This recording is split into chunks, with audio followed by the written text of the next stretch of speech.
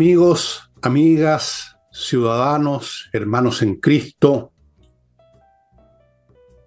autoridades Comenzamos. civiles, militares y eclesiásticas, estamos empezando el programa con Nicole Rodríguez, que está con ustedes, ven frente acá con nosotros. Como de siempre, ella buena moza y lista para informarnos e ilustrarnos. Y antes de partir, sí les quiero recordar un par de cositas. Una, la Unión de Amigos de los Animales. No les digo más, es hora de que en nuestro país nos acostumbremos a que cuando hacemos un discurso sobre un tema, lo pongamos en práctica. Somos muy buenos para hablar, poco para hacer. Eso es un mal universal en el cual yo también estoy infectado, si no, no creo que soy una excepción, pero me doy cuenta. Eso es lo primero. Segundo, momentos musicales en yo menor. Esto está afinado en la tonalidad, a ver, déjenme ver el pentagrama, no alcanza a salir. Amigos, este libro es mi último libro, es muy entretenido, los invito a ustedes con las historias que cuento, personales o no personales de otras personas, como la historia de un músico de jazz muy divertido, que le preguntaba a mi amigo José José, eso no lo dejaban pago, y usted conoció a tal fulano, usted conoció a este otro, y qué pensaba Miles Davis, y el negro se empezó a cabrear y dijo, al final le dijo en inglés, todo esto le dijo, córtala con payasá y llévame una casa de puta. Aquí cuento esa historia y hay muchas más, otras de Stravinsky cuando estuvo en Chile, porque estuvo ese gran músico ruso en Chile, y hay historias mías también, pero son simplemente un pretexto para entrar en materia. Se van a entretener, momentos musicales en yo menor, está disponible en mi librería, o sea, elvillegas.cl/tienda, lo pueden comprar de a uno, lo pueden comprar junto con otros libros. Hay otros títulos míos también que ya conocen. Y no olviden, amigos, si compran con transferencia bancaria, mándennos el comprobante que entrega el banco, inmediatamente les llega en el mail. Mándenlo a nuestro mail, villeguistas@gmail.com. Dicho lo cual, entramos en materia. Si ustedes vieron el programa de ayer, ¿lo vieron o no lo vieron? ¿No lo vieron? Yo lo vi. Y seguramente unas 50.000 personas más. Sí, pues. Bueno, el hecho es que en un momento dado toqué el tema de cuándo se jodió Chile y me expuse sobre eso, me basé no en mis datos, sino que en los datos que aparecen en Exante, que es un medio muy interesante que les recomiendo, y todo lo demás. Y justo hoy me mandaron, no sé dónde fue publicada, una especie de carta pública de Sebastián Edward, donde donde plantea una cosa parecida, no pregunta cuándo se jodió Chile, sino que dice cuándo se suicidó Chile. Y expone todas las tonterías, todas las malas ideas que se pusieron en práctica y que fueron arruinando la economía, la educación, la seguridad, todo. Y protagonista de muchas de esas cosas, la señora Bachelet. Y ahora resulta que Nicole tiene, y les va a mostrar a ustedes, otro proyecto que sigue en esta línea de pegarnos un tiro en la boca, que es un proyecto de pensiones, entiendo. ¿Eso es? No, De en la reforma tributaria la reforma de Marcel, sí. esa, la Yo creo que reforma va en la tributaria. línea de lo que plantea Edwards, ¿no?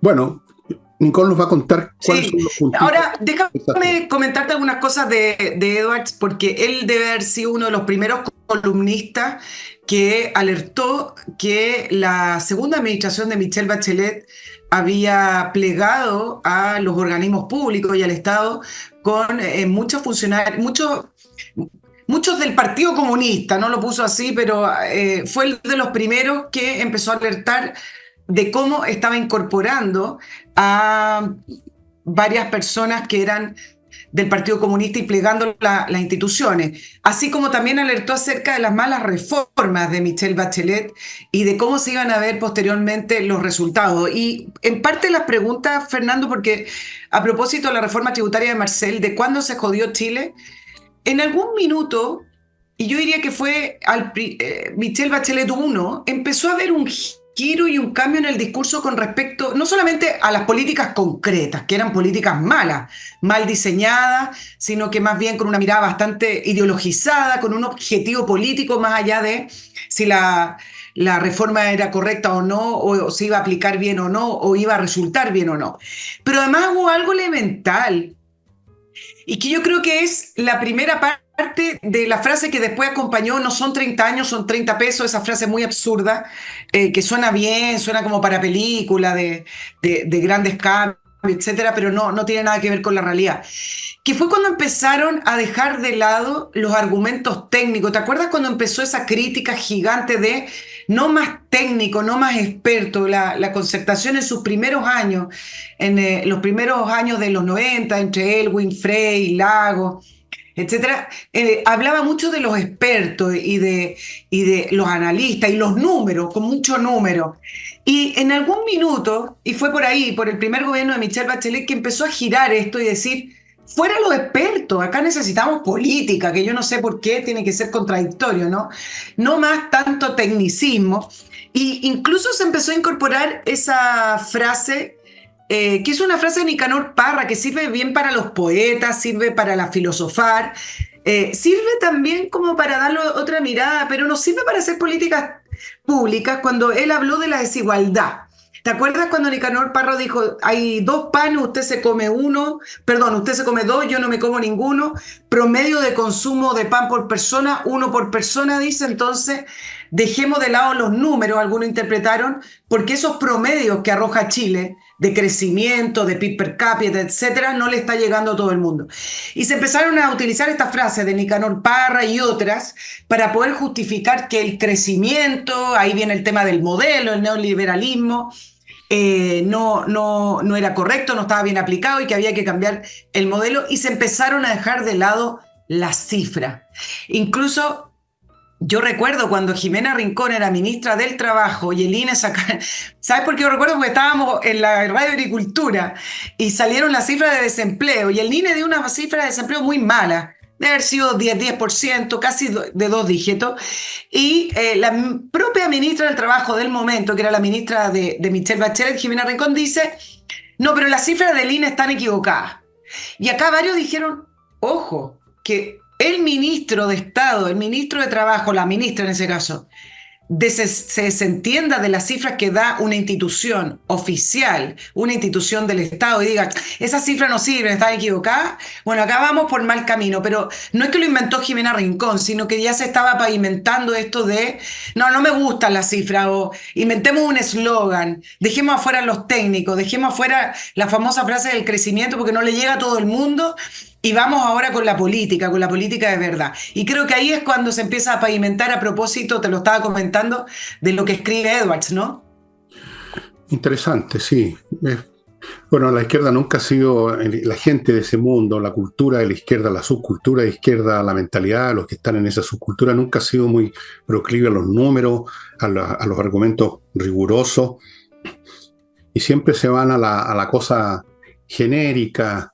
Yo los conocí desde que estaba en la universidad, en los años 60, cuando uno le preguntaba a un dirigente socialista o comunista por qué se querían tomar un local, cuál era la razón de ser de su acción, decían: echémosle para adelante, compañeros, era la única tontería que decían.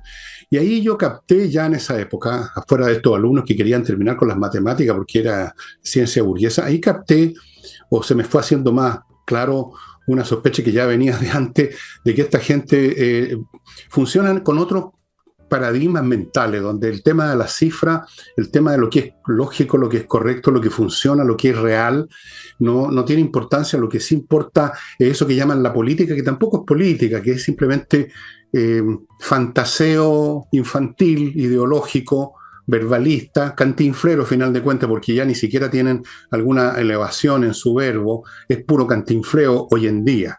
O sea, cayeron del nivel que tenían antes, que era un poquito más engañoso, es de mala calidad. Y yo creo que Marcel, que tú ibas a mencionar, es uno de los ejecutantes de este tipo de discurso. ¿Por qué no nos da un ejemplo de las cosas que tiene la reforma? Hablemos con ejemplos concretos. Mire lo que está pasando con la reforma tributaria. La lanza después, la empezó a pavimentar antes del plebiscito, esperando que ganara el en contra para poder lanzarla como la gran prioridad. Ustedes saben, la prioridad de la nación es subir impuestos. En eso están las crisis y los problemas de la gente. Como no hay piso político y porque la economía además está totalmente ahogada, asfixiada, Marcel tiene que buscar distintos elementos para poder justificarlo. Y lleva muchas semanas hablando de la ilusión y de la evasión.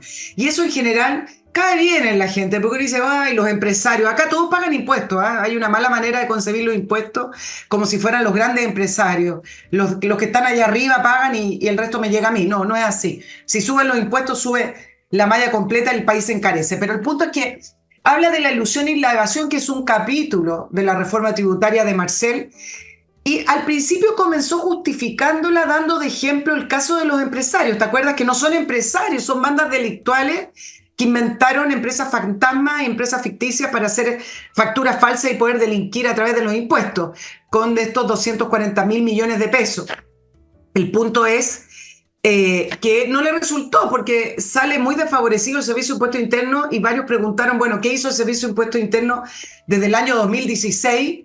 Que no hizo nada con estos ladrones que se coludieron para poder efectuar este fraude al fisco. No resultó mucho por ahí. Entonces lanzó una frase que todos quedaron para adentro y él dijo que la ilusión y evasión tributaria en el mundo empresarial, no lo estoy diciendo textual, utilizó palabras más técnicas, es del orden del 50%. Y todos dijeron, eso es imposible. En Chile, primero, el Servicio de Impuestos Internos está todo bastante mecanizado, está todo online, es bastante difícil que eso ocurra. Y siguió insistiendo en esa cifra, y lo que ocurrió es que demócratas y el Partido Republicano le dijeron a Mario Marcel, entregue el informe. ¿Cómo es posible que usted dé una cifra que es escandalosa? Porque eso sería escandaloso, y no sepamos y no podamos ver el informe del Servicio de Impuestos Internos. Y resulta que el Servicio de Impuestos Internos ayer, bueno, el día miércoles, hoy para nosotros que estamos grabando, liberó el informe, pero resulta que saltaron inmediatamente economistas y expertos tributarios, dijeron que ese informe mantenía o acrecentaba las dudas respecto al cálculo de la evasión y elusión en Chile.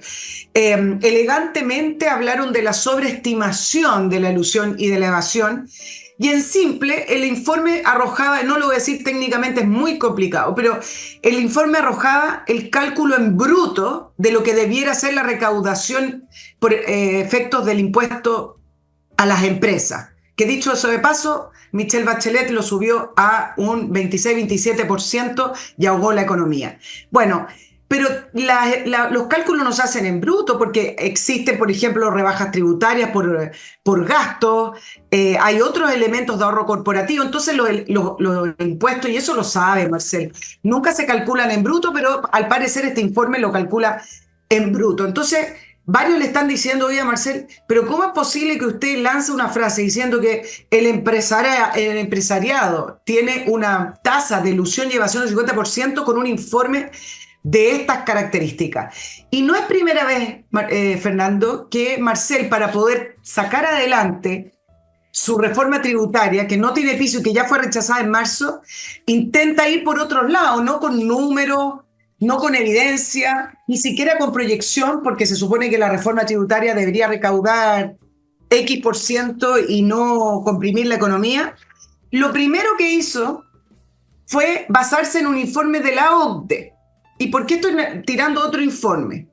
Porque resulta que la OCDE, institución donde trabajó Mario Marcel, se le pidió, no, en realidad le pidió Mario Marcel que acompañaran, voy a poner entre comillas, la reforma tributaria chilena, y le pidió un informe. Y justamente la OCDE saca un informe que se llama Revisiones selectivas del gasto en Chile, plan de acción con respecto a dónde el Estado chileno podría ahorrar si es que, por ejemplo, hubiera un plan de reducción de gasto o mal gasto, etcétera. Y el informe arroja un porcentaje pequeñísimo, para no enredarlos con los números, pequeñísimo de ahorro. Otro informe que los expertos dicen de dónde sacan estos números. Pero resulta que Marcel viajó a Francia, sé dónde está la OCDE, habló con su ex equipo de trabajo y pidió que acompañaran esto y que elaboraron este informe, y nadie sabe de dónde sacan estos números. O sea, ni siquiera en la OCDE se puede confiar en los informes de Marcel. Mm. Bueno, voy a mi primer bloque, después vamos a seguir, por supuesto, viendo este tema de la manera de funcionar de estos genios resplandecientes que tenemos en el gobierno. Autowolf.cl, amigos, ya saben, es una empresa que se dedica a dejar como nuevas las carrocerías y los autos, pero la gracia es que van a su casa a hacer esto, donde tiene su auto estacionado, y lo hacen en 24 horas. Así que usted ve lo que están haciendo de primera calidad, garantizado, y su auto está a la vista todo el rato, no se pierde una semana, 2 o 3 en un garaje, uno nunca sabe en qué anda la cosa. Si de repente alguien agarró el auto para salir a farrear, uno no sabe lo que pasa con el auto en un garaje, ¿no es verdad? Siempre tenemos la duda de que lo están usando de repente los fines de semana para otra cosa. Ya ha pasado. Sigo con Torch, que no me acordé de sacar otra de las linternas, pero ustedes se acordarán de todas las que les he mostrado. No les voy a mostrar de nuevo la que tengo en el bolsillo porque ya va a parecer chiste.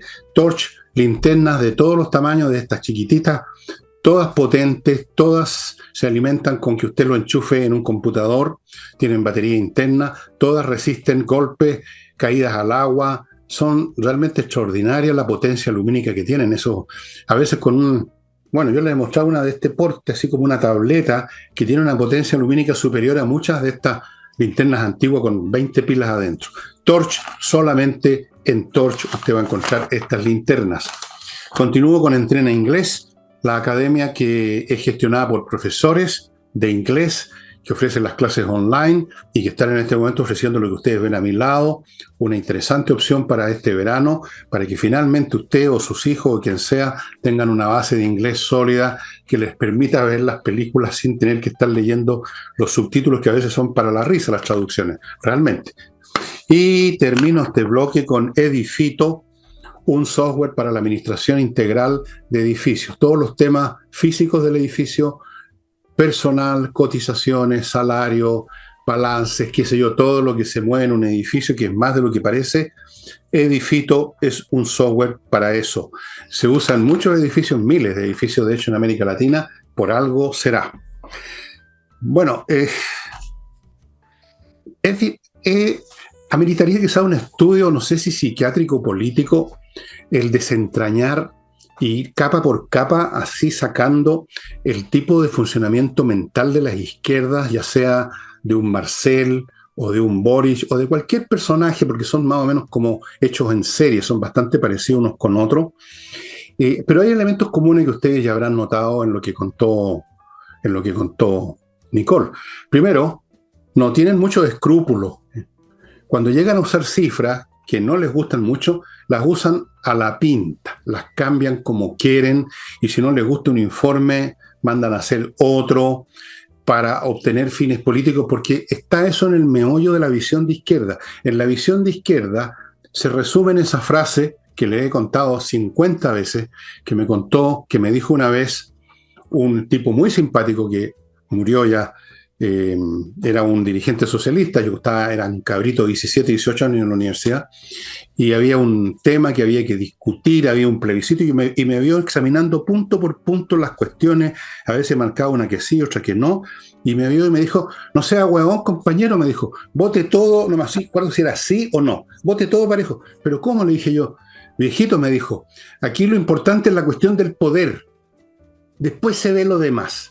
Bueno, he ahí resumida el esquema mental de la izquierda, la cuestión del poder, la cuestión de llegar al poder y luego con ese poder intentar, con habitualmente un fracaso, como hemos visto en la historia del socialismo desde que empezó, desde la Unión Soviética en adelante, intentar crear un modelo de sociedad que nunca les ha funcionado, que termina convirtiéndose en un campo de concentración, en un gulag, con muertos, con represión, con hospitales psiquiátricos para los disidentes. Son la etapa civilizada de la Unión Soviética, antes les pegaban un tiro nomás. Entonces, eso es parte de la mecánica. Mira, yo me acuerdo de un programa de televisión en que estaba, no me acuerdo si era domicilio con, tolerancia cero. Bien. Tuvo una candidata de izquierda, la señora Sánchez, y también yo me acuerdo, le hice unas preguntas con números y se empezó a molestar. ¿Hasta cuándo con los números? ¿Hasta cuándo me huevean? Me faltó decirme eso. He ahí la izquierda de pies a cabeza. El niño que nunca aprendió la tabla del 4, pero se creyó todas las historietas de Walt Disney, de un mundo maravilloso. Y entonces, para conseguir ese mundo maravilloso, como es Ramón Silva se llama ese socialista, hay que, primero que nada, compañero, resolver la cuestión del poder. Claro. Y en eso está este gobierno, tratando de resolver la cuestión del poder. Porque una vez que impongan, con la colaboración probablemente de Chile Vamos, que ya están dispuestos a cualquier cosa, cuando lleguen a imponer su reforma, que no va a tener nada de crecimiento, sino que todo lo contrario, van a dar dado un paso más en su avance hacia el control político de este país, con todas las herramientas que les permite el Estado. Sí, yo creo que le sumaría a la cuestión del poder la cuestión de la plata, porque finalmente claro, que van de la mano, ¿no? Pero lo que se trataría acá, en qué contexto este gobierno y el ministro Marcel está lanzando una nueva reforma tributaria. Crecimiento cero. Yo no sé por qué le dicen crecimiento cero, pero bueno, hagámonos cargo de esa palabra que ahora se puso de moda, crecimiento -2, -1. Bueno, este año Chile va a crecer 0%, es una incongruencia. Mira el reporte de Cochilco que salió el día martes en su catastro anual 2022-2023, donde informó que la cartera de proyectos mineros cayó en su peor nivel en 6 años, es la más baja desde el año 2017. Luego tenemos que las utilidades mineras cayeron 20% el tercer trimestre, y ojo que en enero se incorpora a la malla tributaria el royalty de 1% sobre las ventas del cobre. Entonces, tenemos una economía estancada. Tenemos un país estancado y una economía ahogada y asfixiada, y este gobierno considera que lo más importante es hacer una reforma tributaria. Es importante, pero para ellos, porque si pueden raspar un poquito más y agotar un poquito más, aunque por el otro lado se siga deteriorando las condiciones económicas de este país, algo les sirve. Si les cae unos pesos más para hacer quizás qué cosa, o para hacer contratos con fundaciones, o para contratar más personas, bueno, entonces significa que su reforma tributaria sirvió. Tú sabes que la Comisión Marfan, que analizó la reforma tributaria de Michelle Bachelet, dijo que hoy, a casi 10 años, porque se aprobó el año 2014, nos ha costado 4 puntos del PIB. Es decir, no solamente no recaudó lo que dijeron que iban a recaudar, sino que además nos hizo retroceder en lo que nos costaron estos 4 puntos del PIB. Entonces, con todos los elementos técnicos sobre la mesa, y que el ministro Marcel siga sobre esto, me parece que simplemente estamos ante una misión ideológica, un sesgo político importante de, por lo menos, decir, lo logramos, hicimos una reforma tributaria, le sacamos más plata a los más ricos, cosa que eso nunca va a hacer, porque tú sabes que los más ricos agarran su plata o no invierten y se van para otro lado. Van a simplemente acogotar más este país. Algún día alguien va a hacer una, no sé si se ha hecho, ¿no? Creo que sí, de repente las revistas siempre sacan este tipo de artículos. Las 20 mujeres o los 20 hombres más importantes de la historia, siempre sacan ese tipo de estupidez. Bueno, aquí tenemos mujeres importantes en Chile, Gabriela Mistral, María Luisa Bombal, literatas ambas, y hay otras mujeres también interesantes que las conocen o no ustedes, que han hecho. Y una de estas mujeres que va a pasar a la historia también es la señora Bachelet, porque de todos los personajes que han pasado por la moneda, aunque ya tiene una dura competencia con Boris, ha sido el personaje más tóxico. No hay reforma iniciada en el gobierno de ella que no haya sido un desastre completo. Y el hecho que esté una vez más reciclándose y probablemente con pinitos presidenciales una vez más, me produce no ya risa, sino que me produce angustia literalmente, porque significa que este es un país, como dijo Sebastián Edwards, que se suicida. Es un país con tarados, que eligen tarados y que se suicida. Un país que no tiene nombre. Un país que no tiene nombre. Aquí hay que hacer una reforma tributaria, pero exactamente la contraria a la que está haciendo este gobierno. Exacto. Lo hacen en todas partes. Pero si esto no es una cosa de los derechistas, los fascistas, en todos los países latinoamericanos que yo recuerdo en este momento, que han estado enfrentando los problemas que se iniciaron con el COVID y toda esa cuestión, en todos están tratando de atraer capitales, no de ahuyentarlo. Pero acá somos tan inteligentes, tan brillantes, que ponemos más problemas, más complicaciones, y no solo no llega capital, sino que se está yendo el que hay. Todos los días sale de Chile un montón de plata, no solo de empresas, sino que de particulares. tú sabes. Claro, ahora, sí, claro, y por eso el dólar tampoco baja. Bueno, acá no vamos a hacer un programa económico, pero al gobierno ya se le está acabando el tiempo de poder culpar al gobierno anterior, de poder culpar a la pandemia, de poder culpar a los efectos que tuvo no la pandemia, sino las decisiones ridículas y absurdas sobre la pandemia, como cerrar todo, la inflación, que también, si bien hay un efecto a nivel mundial, acá hubo un efecto superior por decidir hacer los retiros y aprobarlo. Entonces, bueno, ok, pero de a poco va alejándose esos efectos y le quedan 2 años y ya no tiene a quién culpar, ya no existe esa macroeconomía a quien culpar y ahora estamos en el área chica de, bueno, ¿qué va a hacer el gobierno? Antes que se me olvide, hay un detalle pequeñísimo que se me fue el programa anterior con respecto a Marcel, porque varios decían, uy, Marcel es fantástico, él debió haber sido el ministro de Hacienda, eso fue al principio, el ministro de Hacienda de algún gobierno de la Concertación, sí, estaba pintado para eso, o el ministro siempre estuvo como director de presupuesto, trabajando en los gobiernos de la Concertación, pero efectivamente en cargos más técnicos. De ahí fue que se fue a la OCDE en el año 2011-2014 a ser el subdirector de la División de Gobernabilidad y Desarrollo Territorial, donde dejó ahí sus redes, pero yo leyendo algunos analistas decían, bueno, ahora se entiende, no lo voy a decir directo como estaba escrito, ahora se entiende por qué Marcel no fue ministro de esos gobiernos de la Concertación que eran gobiernos un poco más socialdemócratas, en que miraban la economía de otra manera, en que miraban el crecimiento como algo importante, porque al parecer, dentro del pool de personas de la Concertación, Marcel era más bien una persona mucho más de izquierda, con una mirada mucho más de izquierda. La economía tampoco es neutral. La economía tiene distintas visiones, ahí se juega el partido y dentro de eso una mirada de izquierda es más o menos esto, es poder retribuir, apretar el cinturón de los que se le puede para poder sacar más impuestos. Y mira lo que hizo Marcel, que fue lo que se me olvidó el programa pasado, de una entrevista diciendo que lo peor ya pasó, algo que él lo ha dicho muchas veces, lo dijo en marzo, lo dijo en junio y ahora lo volvió a repetir a propósito de las cifras del PIB de Chile, que va a ser crecimiento cero. Bueno, y dijo, lo peor ya pasó, y empezó a hablar del Banco Central. Y uno dice, bien, bueno, habló bien técnico, etcétera. Pero yo, que tú sabes que subrayo las entrevistas y le presto atención a lo que dicen, dijo que lo que viene haciendo el Banco Central es sacar el pie del freno y lo va a seguir haciendo durante los próximos meses, por lo menos en las próximas 2 reuniones que vienen. Y yo dije,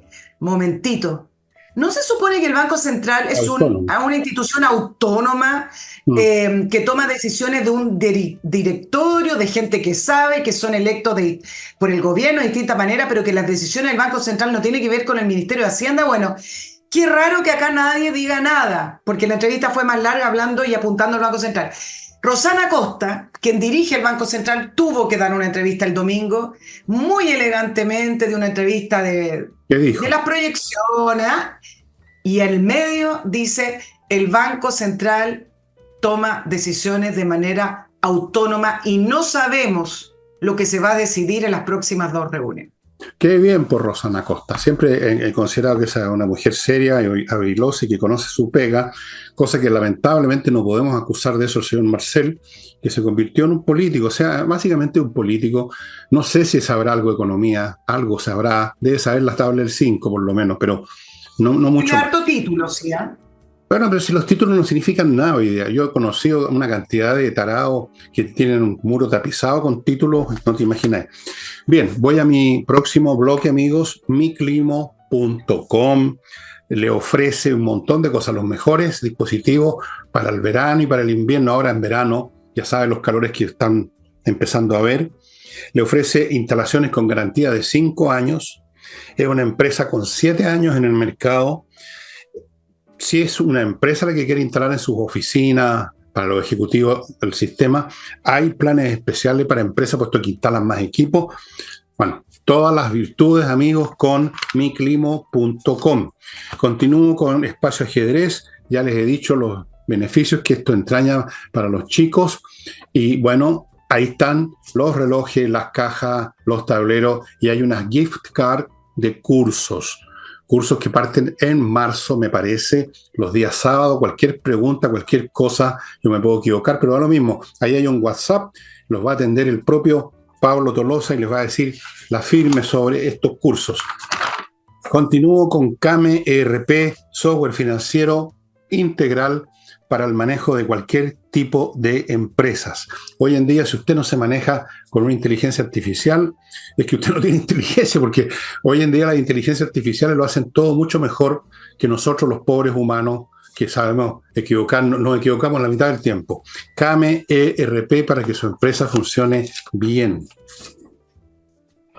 Y termino este bloque con el outlet de tus pasajes aéreos, que es KM Ticket. Ahí usted va a encontrar siempre, todo el tiempo, ofertas de precios súper atractivos para viajar. Le voy a dar un par de ejemplos. Puerto Montt, 37 lucas. ¿Qué talca? ¿Quiere ir a comer a Lima? Uy, me dio un apetito espantoso. 151, Lima, se come rico en Lima. Cusco, 194.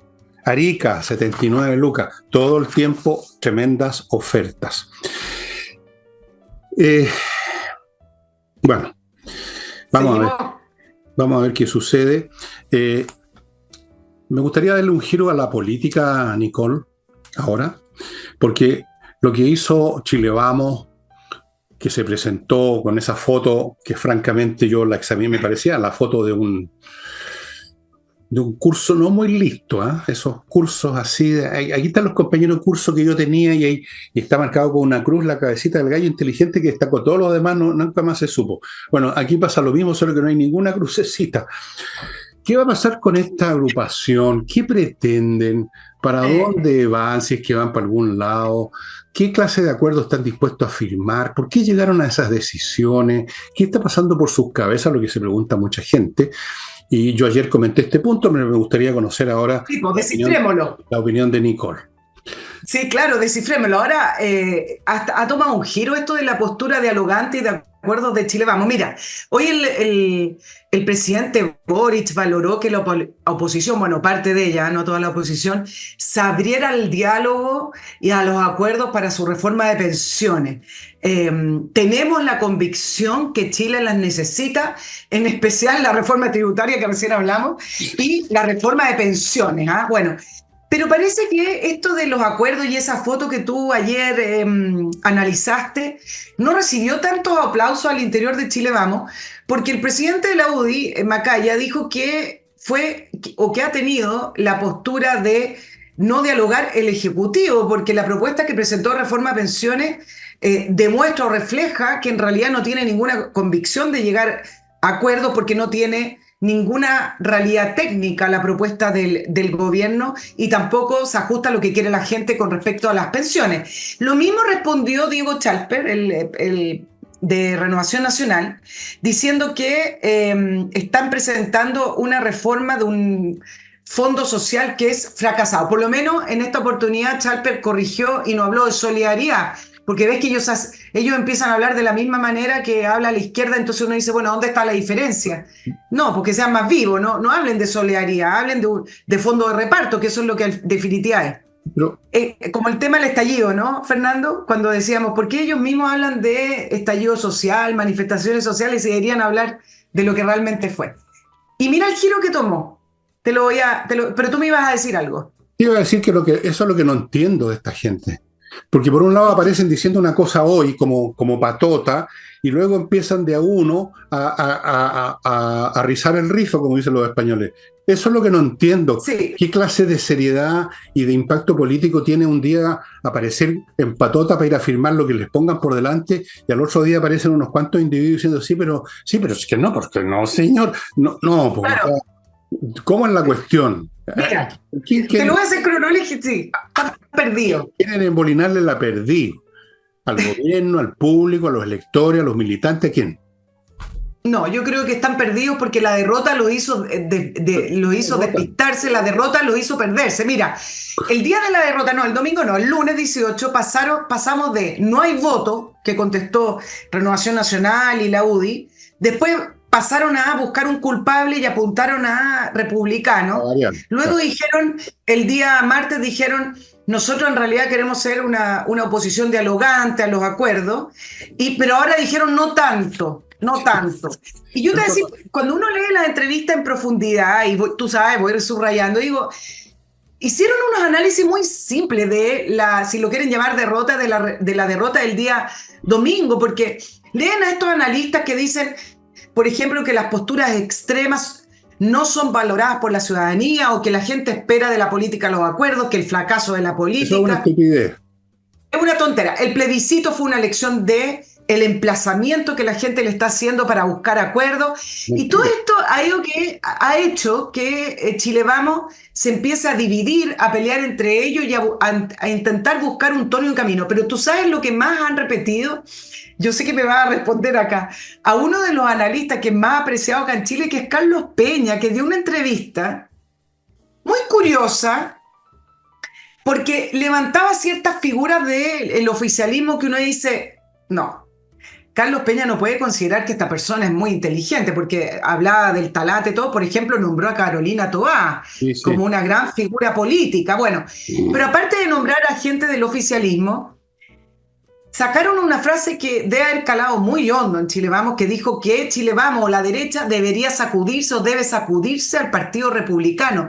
Y me da la impresión que eso es lo que hicieron ayer, de una manera muy poco racional y con muy poco análisis, de decir, sí, estamos por los acuerdos, para que la gente nos vea en esto de que estamos con los acuerdos.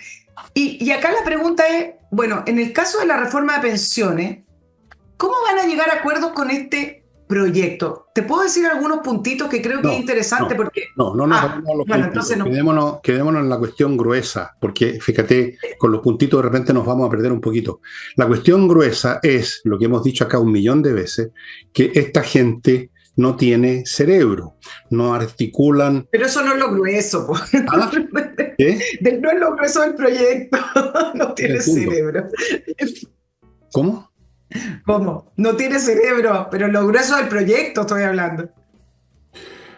No tienen cerebro, Nicole, porque no se entiende de otra forma estas posturas y esas interpretaciones, seguir creyendo en la teoría de los acuerdos, seguir creyendo que la gente quiere acuerdos, porque alguien dijo que la gente quiere acuerdos, o por lo que dijo Carlos Peña, o por lo que dijo Perico Los Palotes.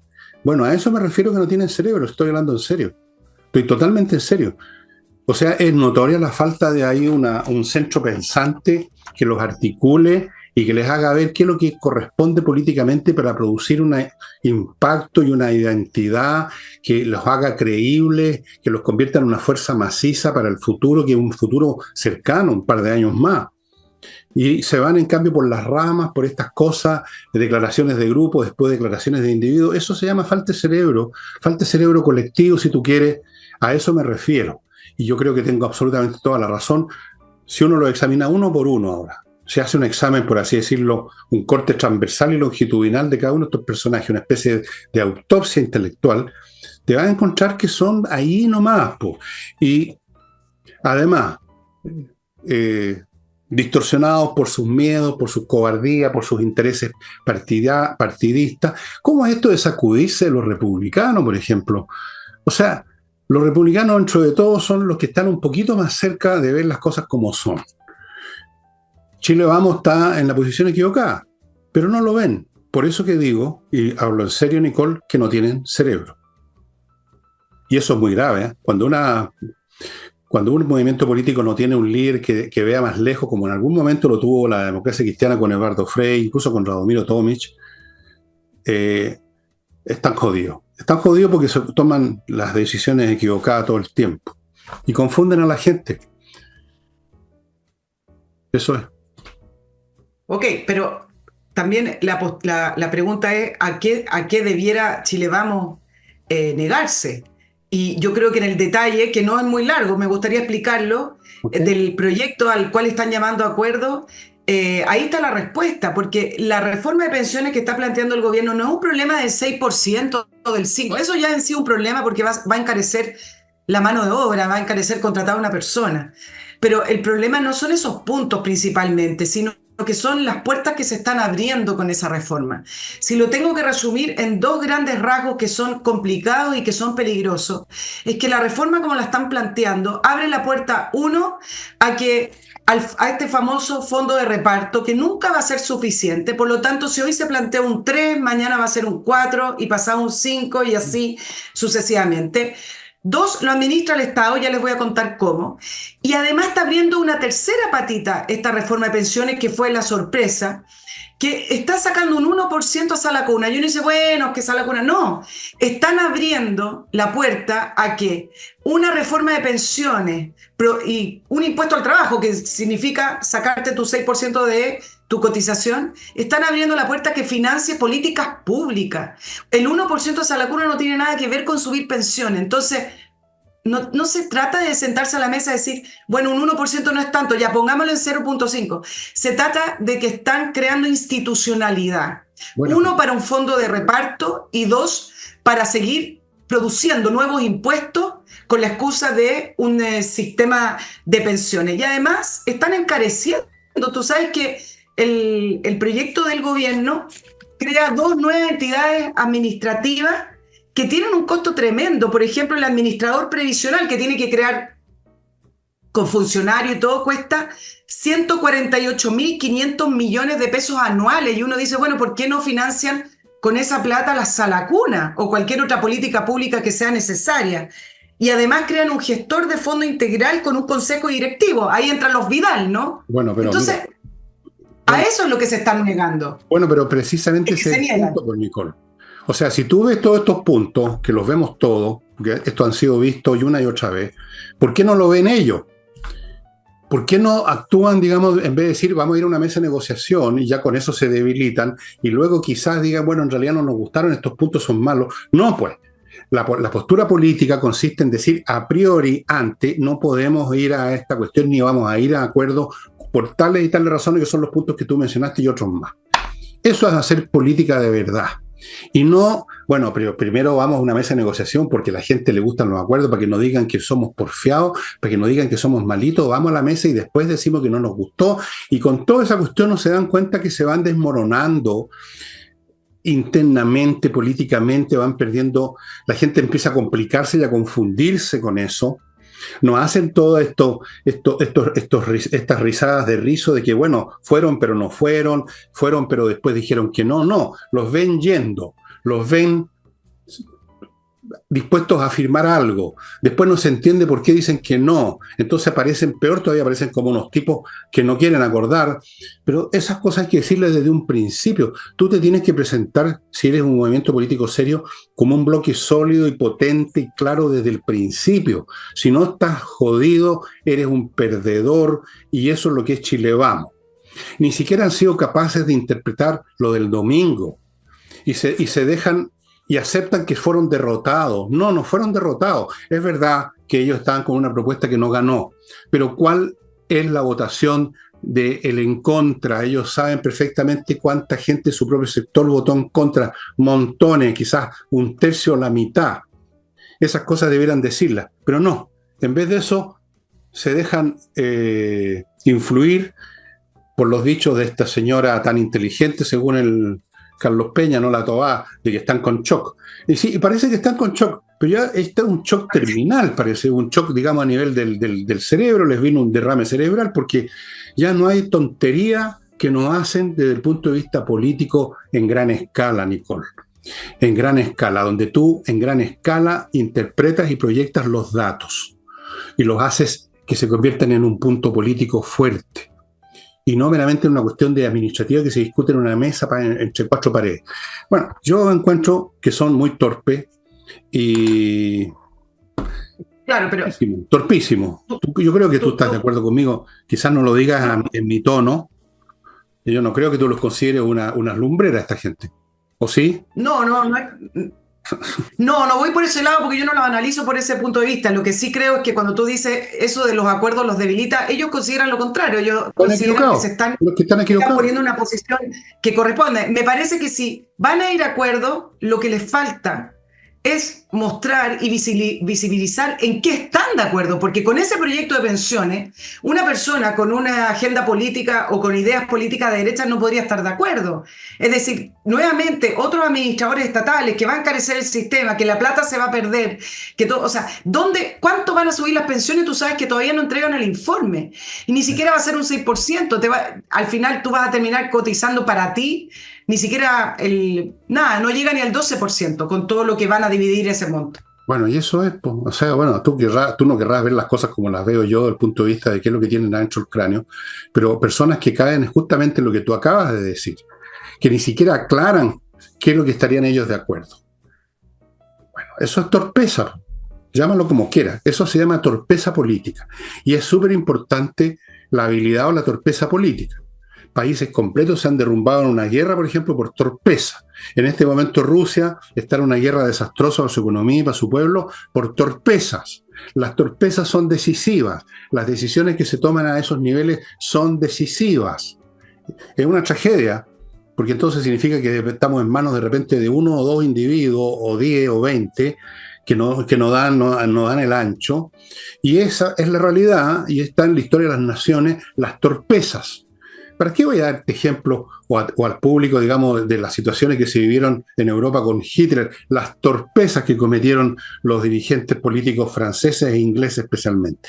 Luego las torpezas del presidente norteamericano cuando terminó la Primera Guerra Mundial y llegó con una agenda estúpida, llena de buenismo a la paz y la verdad, bueno, el que estudie cómo fue el Tratado de Versalles me entenderá lo que estoy diciendo. Entonces, es re importante, no es un detalle qué clase de personas están en un movimiento, porque las torpezas se pagan súper caro y lo que es peor, las paga un país completo.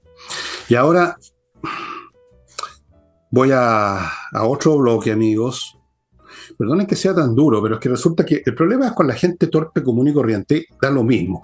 Pero los que manejan cuestiones políticas que arrastran un país completo, ahí no tienen perdón de Dios. Por lo menos no tienen mi perdón. En una de esas los perdona Dios, yo no. Salinas y Ojeda, amigos, un buffet de abogados dedicados a temas civiles, familiares. La mayoría de los casos que llegan a un tribunal son de ese tipo. Que el tema de los divorcios, que quién se queda con los niños, que la llamada, ¿cómo la llaman? La cuestión alimenticia, todas esas cosas y muchas más, con Salinas y Ojeda, abogados con mucha experiencia, con mucha eficiencia, que tienen una tremenda lista de éxitos jurídicos. Continúo con Fastmark, empresa chilena de transporte de carga desde Miami a Chile, para empresas, vía aéreo marítima, también para personas particulares que quieran comprar algo, se los trae también, tienen servicio courier, fastmark.cl, y termino el bloque con patriciastocker.com. Estos profesionales se encargan de hacer lo que muchas personas se olvidan, pero es importante: registrar la marca de su producto, de su servicio, de su pequeña empresa, antes que lleguen los frescos a disputarle la propiedad y pedirle plata, porque ellos la inscribieron primero. patriciastocker.com, registra su marca, la defiende, la conserva, la renueva. Nicole, adelante. Oye, hoy día, a propósito de la acción de 3 carabineros usando su arma, el gobierno tuvo que salir a respaldarlo, lo que me parece que, Está bien, por lo menos, es una señal positiva. Esto le va a costar caro, sí, en algunos días más va a salir alguien del oficialismo a decir el proporcional uso de la fuerza. Algo va a pasar, digamos, pero durante hoy, mientras grabamos, es una buena señal, o por lo menos cuéntanos. ya se enteraron de que lo que estoy haciendo. Se enteraron de que estos 3 carabineros que tuvieron que repeler distintos momentos delictuales usaron su arma matando en distintos momentos a 2 delincuentes. Y salió Elizalde no solo a apoyarlo, sino que diciendo que se ha controlado el alza de delitos en este país. Ahora, varios decían, ¿por qué el gobierno tiene que justificar el uso de las armas de los carabineros? O sea, lo apoyaron pero justificando. Es decir, Está bien, lo usaron porque había un delito inflagrante, lo usaron porque había peligro de vida del propio carabinero, lo usaron porque se vieron enfrentados a un delincuente que iba a usar su arma, y varios hoy día, escuchando la respuesta, decían, perdón, pero si carabinero o la PDI está para eso, porque siempre hay, no solo que apoyarlo, ahora lo apoyan, pero además justificarlo, o sea, explicar el suceso con lujo de detalle y además decir que están todas las imágenes en manos del Ministerio Público, es decir, todo tiene que estar muy pulcro, muy transparente para que no quepa un manto de duda ni una gota de duda de que cuando se usó el arma estuvo perfecto su uso según como señala el protocolo.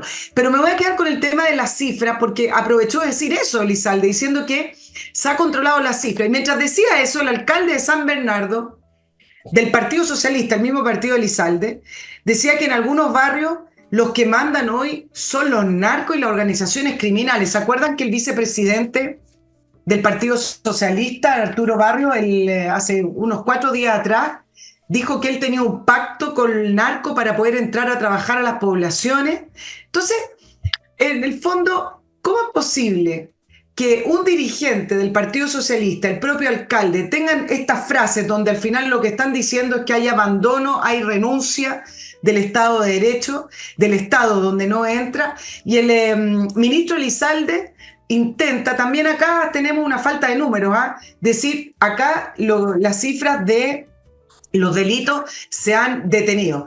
Y siempre se quedan con una cifra, tú sabes, porque efectivamente Chile, por ejemplo, en el caso de la tasa de homicidio, a nivel latinoamericano no es de lo más alta, es 6.7 homicidios por cada 100.000 habitantes. Evidentemente hay países con una tasa más alta. El punto son dos. Uno, que en 5 años creció de 4.5 a 6.7, que es importante el alza. Y además tenemos regiones de nuestro país con una tasa de homicidio que es similar, igual o superior a Haití. Es decir, en Tarapacá, para que ustedes se queden con esta cifra, tenemos un 12,9 puntos de homicidios consumados por cada 100.000 habitantes y en Arica, Parinacota, 17. Y esas son cifras superiores de algunos países latinoamericanos que nosotros consideramos tremendamente violentos e inseguros. Bueno, no hay caso con Elizalde y con la gente del gobierno. Cuando llegan a usar cifras las usan mal y tratando de justificar lo injustificable. En general ese es un reflejo condicionado a todos los políticos de todas partes del mundo. Tratar de demostrar que ellos están bajo control aunque no controlan nada. Y efectivamente hay un elemento en la izquierda de repudio al uso de la violencia reaccionaria, porque la violencia a ellos les parece legítima, porque son las luchas sociales. Entonces tienen que salir a justificar. A mí me parece, yo tengo la sensación, Nicole, a lo mejor me equivoco, no sé si tú tienes algo similar, tengo la sensación que, por así decirlo, las policías están haciendo lo que tienen que hacer independientemente ya de lo demás, que ya se cabrearon, que además son sus vidas las que están en peligro ante estos delincuentes armados y ya no tienen tantas vacilaciones como hace un año o dos en sacar su pistola y hacer uso de ella como corresponde. Sí, aquí no estamos hablando de que mataron a un ángel, ¿no? Son unos criminales, unos infelices que ojalá no hubieran nacido, esa es la verdad. Hay gente que ojalá no hubiera nacido en este mundo, gente que no sirve para nada, gente que es tóxica y que es destructiva, y si las destruyen, me parece a mí absolutamente positivo. No voy a derramar ni jamás una lágrima por esta clase de gente. Y bueno, Elizalde ya sabemos que no es precisamente un genio deslumbrante, ninguno de ellos es. Y fuera de su cuestión ideológica tienen esta cosita en la guatita, ¿no? Esto de la violencia y la cosa, siempre y cuando no sea la violencia de la CAM. Con la CAM sí hay que hacer una mesa de diálogo. Eso sí, la señora, ¿de dónde salió esa señora Contreras? Entre paréntesis, traté de averiguar y no encontré ningún dato. Pero bueno, ok.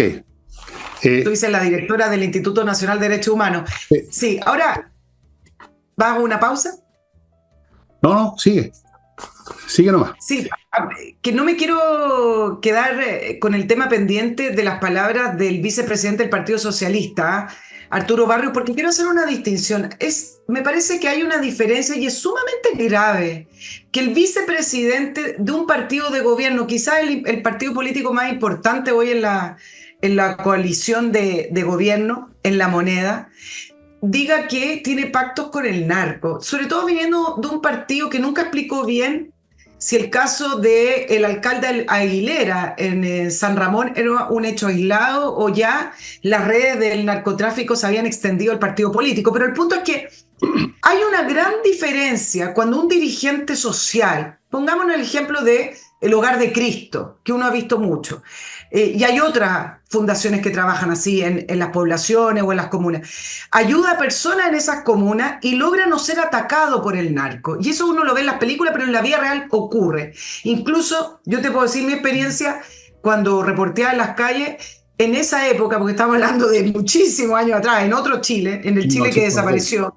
incluso los periodistas a veces, si uno llegaba a cierto acuerdo, te permitían entrar, pero eran otro tipo de delincuentes. Pero hay una gran diferencia entre eso a que un dirigente político, vicepresidente de un partido político en la coalición en La Moneda, diga que tiene un pacto con el narco, porque él lo que está encarnando no es la ausencia del Estado como lo puede encarnar el cura de una parroquia que va a ayudar a niños a una población tomada por el narco. Él lo que está encarnando es la renuncia del Estado ante el narco. Entonces, tiene todo tipo de lecturas. Cuando una persona con ese cargo dice que hace un pacto, entonces, ¿a cambio de qué hace el pacto? Si él es el poder, él está en el poder. ¿Cuál es el pacto que tiene con el narco? ¿Lo dejan entrar a cambio de qué? Y la Bueno, otra lectura que yo hago para solamente levantar la suspicacia es, cuando lo dice públicamente, ¿a quién le está hablando? ¿Le está hablando a nosotros, a los periodistas, para que tomemos nota, o le está hablando al propio narco para que lo dejen tranquilo y que sepan que eso está saldado? Bueno, tiene muchas lecturas, porque, yo creo que tiene como una dije, sola es el lectura. vicepresidente. Sí. Yo creo que tiene una sola lectura nomás, pues, Nicole. O sea, ¿qué otra lectura que simplemente estamos en manos de una clase política, de un grupo de la clase política que simplemente se rindió ante el poder de fuego y ante el poder económico y quizás también a veces por la adicción al narcotráfico? Como ha ocurrido en otros países, como ocurre en México, como ocurrió en Colombia y ocurre en Colombia, como ocurre en tantas partes, se rindieron. No hay otra lectura. Yo no veo qué otra lectura puede haber. Si no se hubieran rendido, estarían combatiéndolo. No estarían pidiéndoles permiso para entrar, sino que llegaría con la policía armado hasta los dientes para sacarlos a balazos si es preciso. Se rindieron, pues. ¿Qué otra lectura hay? Es una rendición. Y no es raro. Ha pasado en otros países. No somos originales en eso. Cuando llega a tener cierto poder de fuego, cuando llega a pasar cierto umbral de capacidad económica y militar, por así decirlo, el delito, el narcotráfico, los funcionarios, el Estado, los funcionarios del Estado, que son un individuo frente a esta máquina, se cagan en tres tiempos y entran en arreglos que pueden a veces consistir, bueno, ya que me rendí, además que me llegue algún beneficio, ¿no? Y se empieza a ocurrir lo que pasa en México, donde altos dirigentes militares que supuestamente combaten el narcotráfico, de repente se descubre que estaban hasta el cogote metidos en el negocio. Se rindieron. Yo no veo otra lectura. Allí hay una sola y es una lectura espantosa. Amigos, último bloque, compreoro.com. Ya sabe, si quiere usted tener un resguardo sólido, que más sólido que el oro y la plata. No solo son metales sólidos, sino que tienen un valor intrínseco, nunca pierden valor y de hecho ganan valor cuando hay problemas económicos porque es lo único que va quedando, oro y plata. Continúo con González y compañía, un buffet de abogados penalistas. Estos son penalistas, amigos, no confundir con los que mencioné antes. Abogados para casos del Código Penal, que son los más graves, donde si usted pierde el juicio va a parar derechito a la cárcel o pierde como en la guerra. González y compañía, los mejores de Chile. Sigo con Remodeling, expertos en remodelar casas con puros profesionales, paredes, pisos, muebles de cocina, estructuras internas, todo en Remodeling. No se ponga en manos de los chasquillas. Y termino con el corredor inmobiliario que vende, que es Ángel Hey. ¿Por qué él vende? Por tres razones. Trabajan todos los días, lunes a domingo, trabajan 16 horas diarias y se dedican a unos cuantos encargos. No tienen 400 encargos, sino que unos pocos, y por eso es que salen adelante.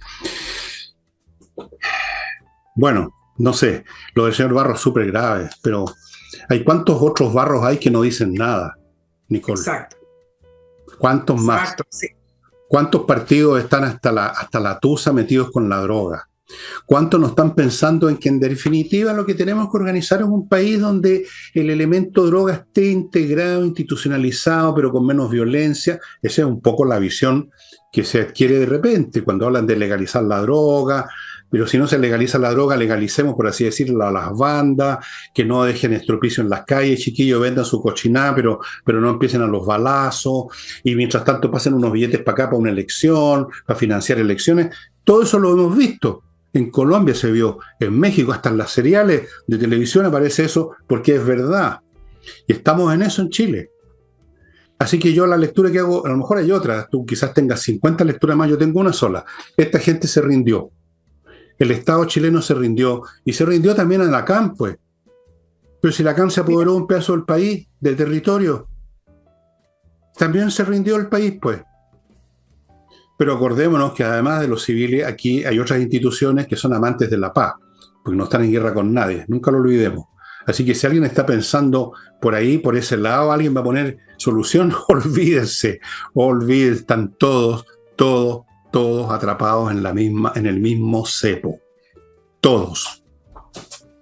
Bueno, solo agregarle algunos elementos al tema del tema narco. Efectivamente se rindieron. Se rindieron. ¿En qué hechos concretos yo puedo manifestar que el gobierno se rindió? ¿Cuál ha sido la gran política contra el narco? Voy a dejar afuera Fiscalía y su nuevo grupo operacional, etcétera. Funerales narcos, vamos a legislar para los funerales narcos. ¿Qué significa eso? Los funerales narcos es un invento retórico, es una manera que tuvo el periodismo de poder comunicar estos funerales que se efectuaban y que se efectúan fuera de la ley. Los funerales están normados, usted no puede enterrar cuando quiere, como quiere, y hacer el cortejo como usted quiera. Los funerales tienen ley en Chile. Y el gobierno cree que aparece o pareciera que controla el narco diciendo que van a aprobar la ley para los funerales narcos y prestándole una escolta policial para que no ocurra nada, diciendo que es para proteger al resto. Eso es renuncia. ¿Verdad? Eso es renuncia. Y en segunda patita, acuérdate, la gran política de destrucción de mausoleos.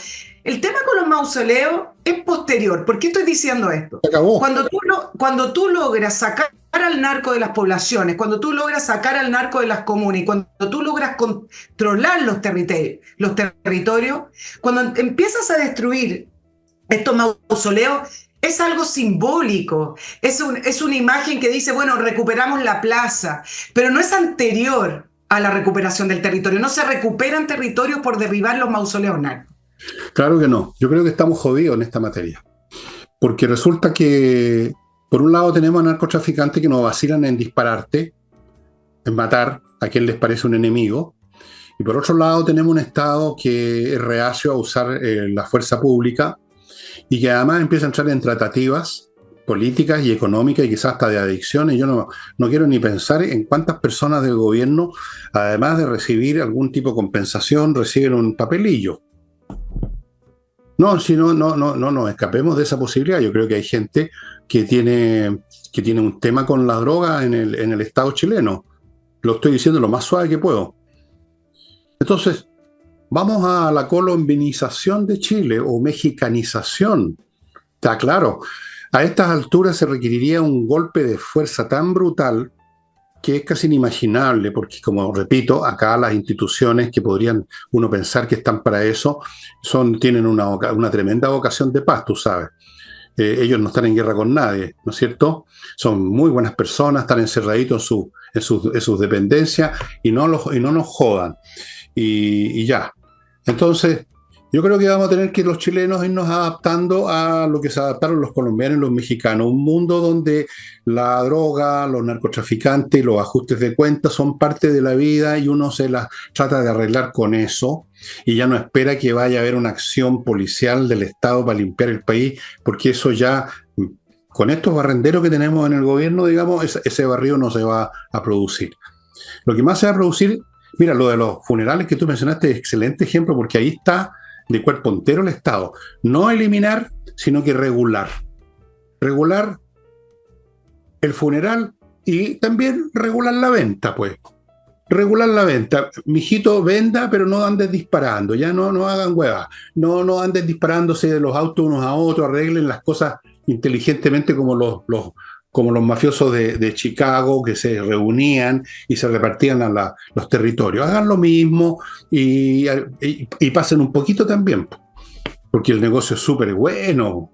O sea, no por nada se empezó a penetrar algunos partidos del narcotráfico, ¿no? Yo creo que esto no tiene remedio. Lo digo de frentón, no tiene remedio. Lo más que podemos esperar es eso, una regularización institucionalizada del crimen y del narcotráfico.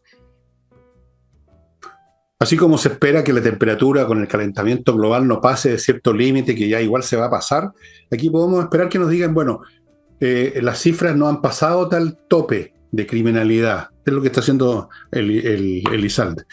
Eso podemos esperar, estimados amigos, no más, no espere más, no espere nada. O más bien dicho, espere 2 años y vamos a ver qué pasa. Pero yo no me hago ilusiones, no me hago ilusiones en absoluto. Bueno, pero permíteme hacerme ilusiones para el 2024, así le bueno, deseo, porque este es mi último programa 2023, así que yo tengo que desearle y agradecerle a los auditores tuyos, Fernando, a los míos de mi programa también, aprovechando de que tengan el mejor año, no sé si de sus vidas, pero un mejor año, mejor que el 2023, mejor que el 2021, 22 y de los años que estamos dejando atrás, y que venga con proyectos. Es interesante tener proyectos personales, sí. Y plantearse de sacarlos adelante, así que eso va a ser la vida más interesante. Eso es todo, simplemente porque después nos vamos a ver el 2024. Me parece muy bien lo que ha hecho Nicole, que es una dama, como ustedes ven, que se despide de usted y les desea un año, claro que tiene mucho sentido el humor, un año mejor.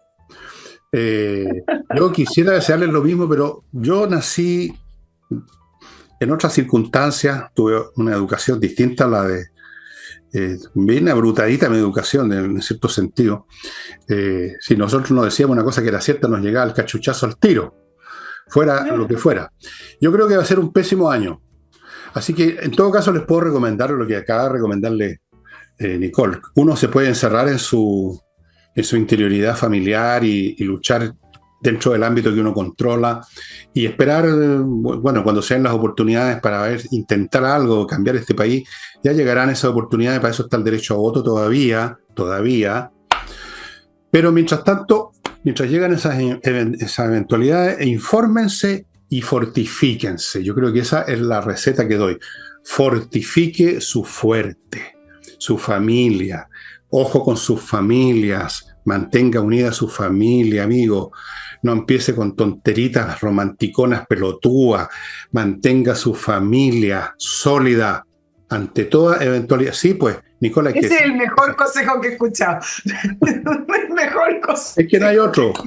Mantenga su familia. No haga tontera. El resumen es no haga tontera. No haga tontera. Proteja a sus niños.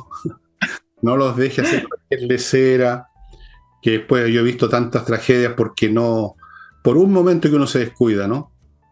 Sí, voy a nombrar ejemplos porque son muy penosos. Un momento que uno se distrae con su niñito y pasan cosas espantosas. Entonces, redoblemos nuestros cuidados y todo lo demás. Pero bueno, ya haré mi propio discurso de despedida cuando haga el último programa, el 31. Yo voy a hacer programa igual, como siempre.